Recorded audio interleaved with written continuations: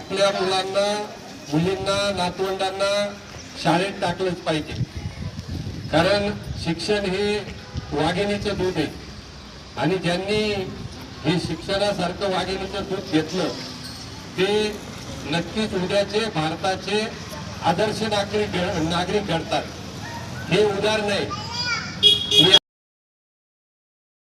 त्या जिल्हा परिषदेच्या शाळेत विद्यार्थी टाकलेले, त्याच्यामुळं आपण काय असं म्हणत आणू नका की शाळेत टाकायचं म्हणजे खूप खर्च लागतो शिक्षणासाठी, तसं काही नसतं। ते आले त्यांच्यासाठी मी धन्यवाद करतो।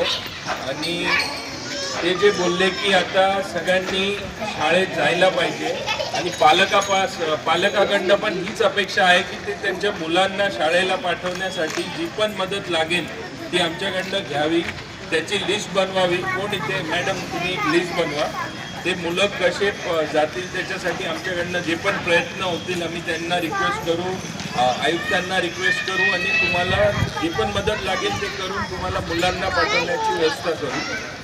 आणि छान वाटलं हे लोकांनी मंत्र म्हटलं, तर आत्ताच हे नुसतंच आम्ही 15 दिवस झाले सुरू, 15 दिवस झाले। आता आपण सगळे प्रॉमिस करू केदारजींना की पुढच्या वेळेस तुम्ही याल तर सगळे तालमध्ये बोलू आणि असे 10 मंत्र आम्ही बोलून दाखवू तुम्हाला।